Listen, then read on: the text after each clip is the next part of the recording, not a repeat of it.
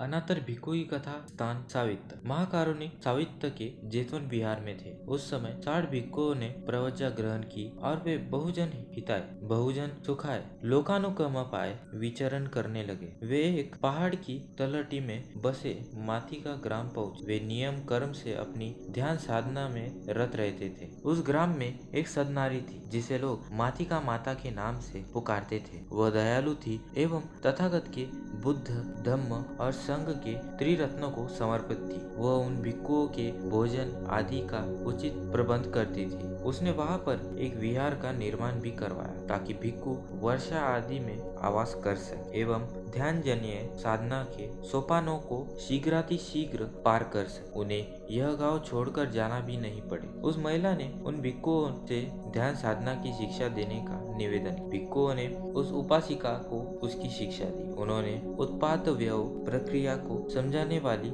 इस बहुमूल्य विपश्यना साधना का ज्ञान उपासिका को दिया। वह उपासिका उनके बताए हुए मार्ग पर चलकर शीघ्र ही त्रोतापन हुई, सकृदागामी हुई और अनागामी हुई। उसने तीनों मार्ग और मार्ग फलों को प्राप्त किया। उसके अंदर अंतर्दृष्टि जागृत हुई और वृद्धि की प्राप्त करता बनी। उसने अपने दिव्य चक्षु से जाना कि कई भिक्षुओं ने अभी तक मार्ग और मार्ग फल प्राप्त नहीं किया। उसने देखा कि भिक्षुओं में अरहंत पद प्राप्त करने की विपुल संभावना है, परंतु उनका मन विकल है और इधर उधर दौड़ने वाला है। वास्तविकता यह है कि भोजन आदि की चिंता में उसका मन लगा रहता है। उनका अंतर्मन जब इसमें उलझा है तो वे वास्तविक सुख का निर्वाण सुख को कैसे प्राप्त कर सकते हैं, क्योंकि वास्तविक सुख तो अंतर्मन की शांति में ही। सांसारिक सुख धन दौलत इज्जत आबरू जय विजय के रूप में शांति नहीं है, सुख नहीं है। सर्वोत्तम सुख तो अंदर का उपजा सुख है। वह यह जानती थी सर्वोत्तम सुख तो अंदर का उपजा सुख। अगर यह अंदर का सुख चित्त का सुख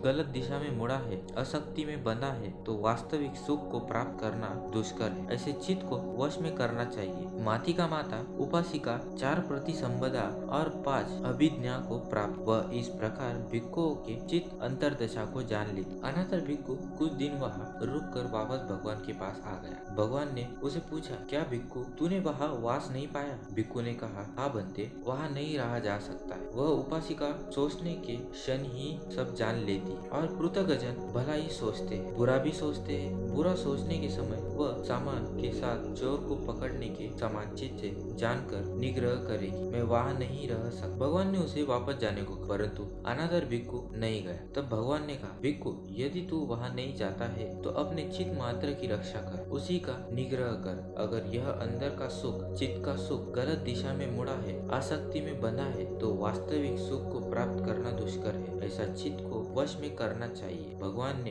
तब कहा, कठिनाई से वश में किए जा सकने वाले क्षुद्र और चपल चित्त का दमन श्रेयस्कर है। वशीकृत चित्त सुखकारी होता है। ऐसा कहते हुए तथागत यह गाथा कही। आपको ये कहानी कैसी लगी दोस्तों, हमें कमेंट सेक्शन में जरूर बताएं। मिलते हैं नेक्स्ट वीडियो में। नमो बुद्धाय।